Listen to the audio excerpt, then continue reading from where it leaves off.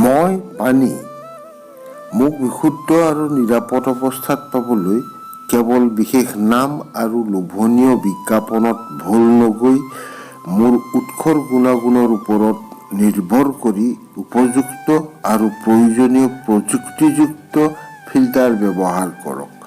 প্ৰযুক্তিবিদ্যা সম্বন্ধে জ্ঞান আহৰণ কৰক। মোক ফিল্টাৰৰ দ্বাৰা বিশুদ্ধ আৰু নিৰাপদ অৱস্থাত কিদৰে পোৱা সম্ভৱ সেই বিষয়েও জানক, যাতে আপুনি আৰু আপোনাৰ পৰিয়াল মোৰ অশুদ্ধতাৰ বাবে হ'ব পৰা ৰোগৰ পৰা হাত সাৰি থাকিব পাৰে।